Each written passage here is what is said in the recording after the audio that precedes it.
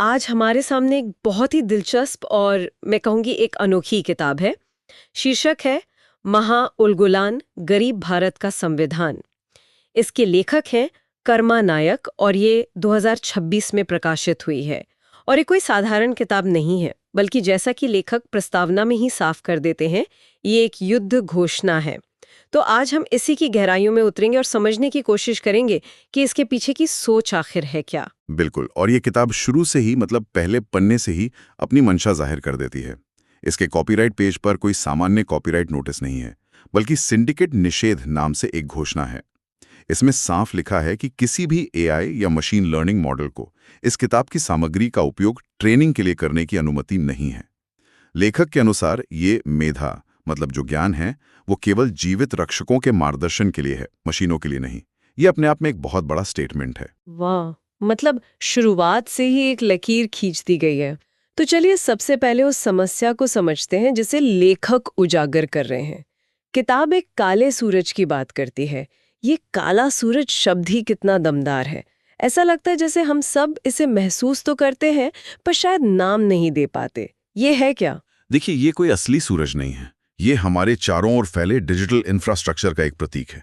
हमारे smartphones, data centres, social media algorithms, ये सब मिलकर एक ऐसा सूरज बनाते हैं जो जो रोशनी नहीं देता। लेखक की एक बहुत अच्छी लाइन है, यह सूरज जीवन नहीं देता, बल्कि तुम्हारी चेतना को सोखता है।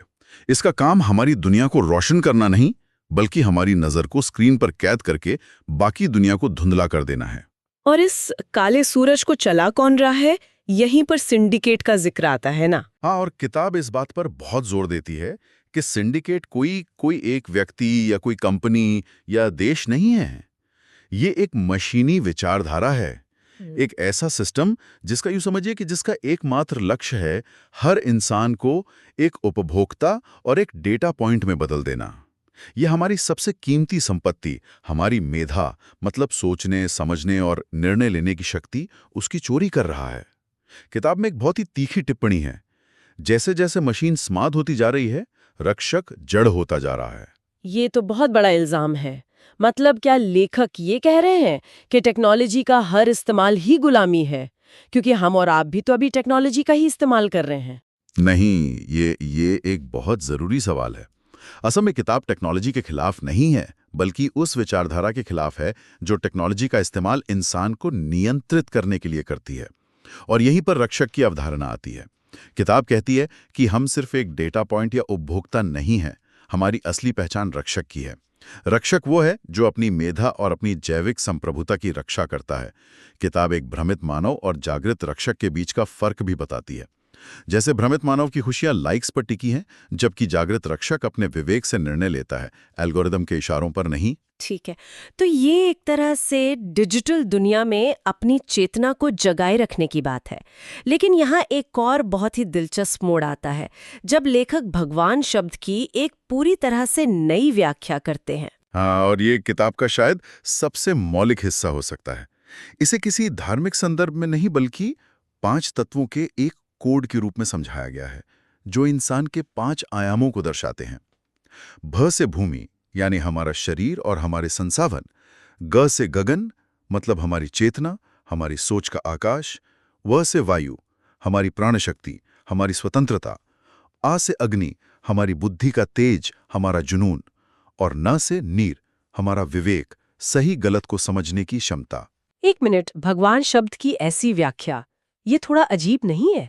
कई लोगों को ये आपत्तिजनक भी लग सकता है। क्या लेखक समझाते हैं कि उन्होंने धर्म से जुड़े एक शब्द को इस तरह क्यों तोड़ा मरोड़ा? वो समझाते हैं। उनका तर्क है कि सिंडिकेट हमें गुलाम बनाने के लिए इन्हीं 5 आयामों पर हमला करता है। वो हमारी भूमि यानी हमारे शरीर को बायोमेट्रिक डेटा में बदल रहा है, हमारे प्राकृतिक संसाधनों पर कब्जा कर रहा है। वो हमारे गगन, हमारी सोच के आकाश को विज्ञापनों और झूठी खबरों से भर रहा है। हमारी वायु यानी स्वतंत्रता को नियमों और शर्तों के जाल में फंसा रहा है। हमारी अग्नि हमारी ऊर्जा को अंतहीन मनोरंजन और फालतू की बहसों में बर्बाद कर रहा है। और सबसे खतरनाक, हमारे नीर यानी विवेक को डेटा और एल्गोरिथम से दूषित कर रहा है, ताकि हम खुद सोचने लायक ही ना रहें। तो लेखक के अनुसार भगवान की ओर लौटना मतलब अपने इन 5 आयामों पर फिर से अपना अधिकार स्थापित करना है। तो ये तो हुई सोच और दर्शन की बात, एक ऐसी दुनिया की तस्वीर जहां एक सिंडिकेट हमारी चेतना पर कब्जा कर रहा है और हमें रक्षक बनकर उसका सामना करना है। लेकिन सिर्फ सोचने से तो दुनिया नहीं बदलती। क्या लेखक इस सोच को हकीकत में बदलने का कोई ठोस ढांचा भी देते हैं? बिल्कुल। किताब सिर्फ समस्या बटाकर नहीं छोड़ती, बल्कि एक पूरी व्यवस्था का खाका खींचती है। ये सिंडिकेट के मशीनी कोड यानी मुनाफा, नियंत्रण और डेटा की जगह प्रकृति के 5 शाश्वत नियमों की स्थापना की बात करती है। ये नियम हैं संतुलन, कारण और प्रभाव, कंपन, ध्रुवीयता और अनंत विस्तार का नियम। ये प्रकृति के 5 नियम सुनने में तो अच्छे लगते हैं, पर क्या किताब ये बताती है कि इन्हें समाज पर कैसे लागू किया जा सकता है? संतुलन का नियम एक जंगल में तो काम करता है, पर लाखों लोगों के शहर में इसका क्या मतलब होगा? किताब इसे व्यवहारिक स्तर पर समझाती है। उदाहरण के लिए, कंपन का नियम कहता है, गति ही जीवन है। सिंडिकेट हमें स्क्रीन के सामने घंटों तक स्थिर या जड़ बनाकर रखता है। ये नियम हमें शारीरिक और मानसिक रूप से गतिशील रहने के लिए कहता है। बाहर निकलना, लोगों से मिलना, कुछ नया बनाना। किताब का तर्क है कि जब हम गति में होते हैं तो सिंडिकेट का नियंत्रण कमजोर हो जाता है। इसी तरह संतुलन का नियम कहता है कि जितना लो उतना प्रकृति को वापस दो। ये आज की यूज एंड थ्रो वाली संस्कृति का सीधा विरोध है। ठीक है, प्रकृति के नियम, पर पैसा, उसके बिना समाज कैसे चलेगा? यहीं पर शायद इनका नंदी अर्थशास्त्र आता है। एकदम सही। इस नई व्यवस्था को चलाने के लिए एक नई अर्थव्यवस्था है, नंदी अर्थशास्त्र। इसका सबसे पहला और क्रांतिकारी सिद्धांत है $1 बराबर 85 रुपए के मायाजाल को तोड़ना। किताब इसे हमारे श्रम और ऊर्जा की डकैती कहती है। उनका तर्क है कि जब भारत का एक व्यक्ति 85 रुपए का मूल्य पैदा करता है और वैश्विक बाजार उसे सिर्फ $1 के बराबर तोलता है, तो यह उसके जीवन के कीमती घंटों की सीधी चोरी है। ये एक बहुत ही राष्ट्रवादी या कहें तो स्थानीयतावादी आर्थिक विचार लगता है। तो इसके स्तंभ क्या है? इसके 3 मुख्य स्तंभ हैं। पहला, श्रम ही असली मुद्रा है, कागजी नोट नहीं। असली मूल्य उस समय और ऊर्जा का है जो किसी चीज को बनाने या कोई सेवा देने में लगी है। दूसरा, स्थानीय स्तर पर सेवाओं का सीधा आदान प्रदान, यानी वस्तु विनिमय या फिर कोई स्थानीय क्रेडिट सिस्टम बनाना। मतलब एक किसान किसी टीचर को अनाज देकर अपने बच्चे को पढ़वा सकता है, बिना सरकारी मुद्रा के। और तीसरा, पैसे का उद्देश्य प्रवाह है, कब्जा करना नहीं।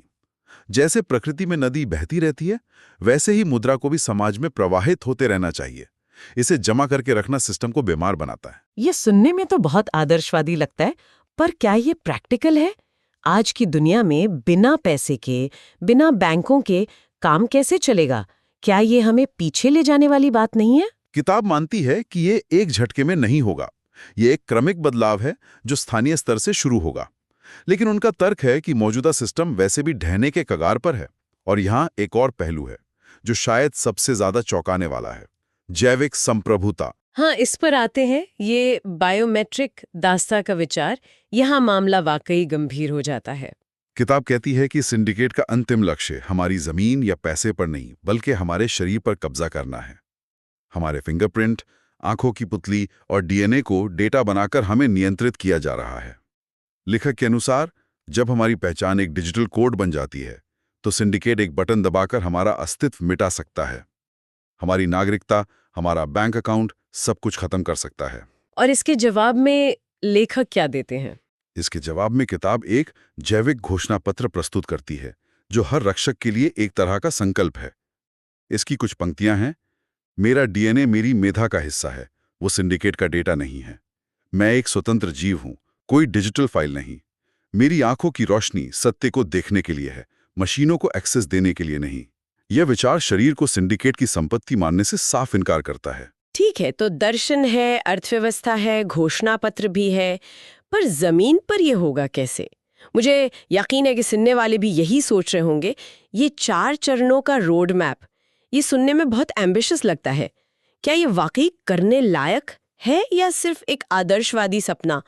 पहला कदम क्या बताते हैं लेखक? किताब इसे एक एक्शन प्लान के तौर पर देती है। 2026 के लिए 4 चरणों का एक पूरा रोड मैप। पहला चरण जनवरी से मार्च तक, मानसिक संप्रभुता और डेटा उपवास कहलाता है। इसका लक्ष्य है अपनी चेतना को सिंडिकेट के एल्गोरिदम से मुक्त करना। इसके लिए हर दिन कम से कम 4 घंटे और हफ्ते में एक पूरा दिन स्मार्टफोन और स्क्रीन जैसी डिवाइसेस से दूर रहने की सलाह दी गई है। यह अपनी सोचने की शक्ति को वापस पाने का पहला कदम है। यानी अपनी डिजिटल लत को काबू में करना, ये तो समझ आता है। और दूसरा चरण है अप्रैल से जून तक रक्षक नेटवर्क और गुप्त संवाद। इसका मतलब है अपने जैसे विचारों वाले लोगों के साथ स्थानीय स्तर पर छोटे छोटे समूह बनाना। और सबसे जरूरी बात, यह संवाद ऑफलाइन यानी आमने सामने होना चाहिए।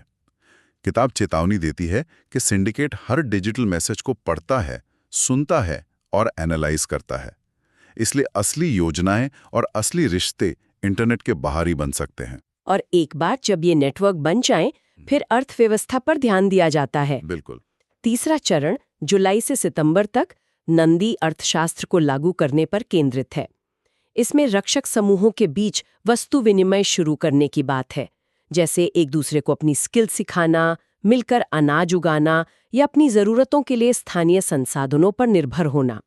लक्ष्य है सिंडिकेट के बैंकों और बड़ी कंपनियों पर अपनी निर्भरता को धीरे धीरे कम करना। और फिर आता है अंतिम और सबसे नटके चरण, महा-उल-गुलान। इसका क्या मतलब है? क्या यह किसी तरह की हिंसा या क्रांति की बात करता है? नहीं, किताब हिंसा का समर्थन नहीं करती है। चौथा और अंतिम चरण अक्टूबर से दिसंबर तक महा-उल-गुलान है। यह डिजिटल सिस्टम का पूर्ण शांतिपूर्ण बहिष्कार है। यह एक तरह का डिजिटल असहयोग आंदोलन है। इसका आधार यह है कि सिंडिकेट की शक्ति हमारे डेटा और हमारे श्रम से आती है। जब करोड़ों लोग संगठित रूप से सिंडिकेट के तंत्र को अपना डेटा और श्रम देना बंद कर देंगे, तो उसका काला सूरज ऊर्जा के अभाव में अपने आप बुझ जाएगा। तो इन सब का सार क्या है? अगर हम इस पूरी विचारधारा को समेटें, तो ये हमारे आज के डिजिटल जीवन को सिंडिकेट द्वारा रची गई एक आधुनिक गुलामी के रूप में देखती है। और इससे निकलने का रास्ता प्रकृति के नियमों, अपनी जैविक संप्रभुता को पहचानने और एक नई आत्मनिर्भर आर्थिक व्यवस्था की ओर लौटना है। किताब का परम लक्ष्य लगता है रक्षक ही शासन है, मतलब बाहरी नियंत्रण की जगह स्व अनुशासन। बिल्कुल सही। जब व्यक्ति अपने 5 आयामों भूमि, गगन, वायु, अग्नि, नीर को संतुलित कर लेता है, तो उसे किसी बाहरी शासन की जरूरत नहीं रहती। लेखक इसे किसी क्रांति का अंत नहीं, बल्कि एक नए युग का आरंभ कहते हैं। उनके अनुसार सिंडिकेट की सबसे बड़ी ताकत हमारी विस्मृति है। ये भूल जाना कि हम वास्तव में कौन है और हमारी जड़ें कहाँ हैं। जिस पल हम अपनी असली पहचान यानी एक रक्षक होने का बोध कर लेंगे, सिंडिकेट का मायाजाल ढह जाएगा, क्योंकि उसकी नींव ही हमारी अज्ञानता और हमारी सहमति पर टिकी है। अंत में ये किताब एक बहुत ही उत्तेजक और शायद कुछ लोगों के लिए असुविधाजनक सवाल छोड़ जाती है, जो इसके पिछले कवर पर भी लिखा है। क्या आप स्वतंत्र हैं या केवल एक डेटा पॉइंट? ये सवाल हमें सोचने पर मजबूर करता है कि इस डिजिटल युग में अपने शरीर और दिमाग पर वास्तविक संप्रभुता बनाए रखने का सही अर्थ क्या है। और अगर हम सच में एक डेटा पॉइंट बन चुके हैं, तो क्या हम वापस एक स्वतंत्र जीव बनना भी चाहते हैं?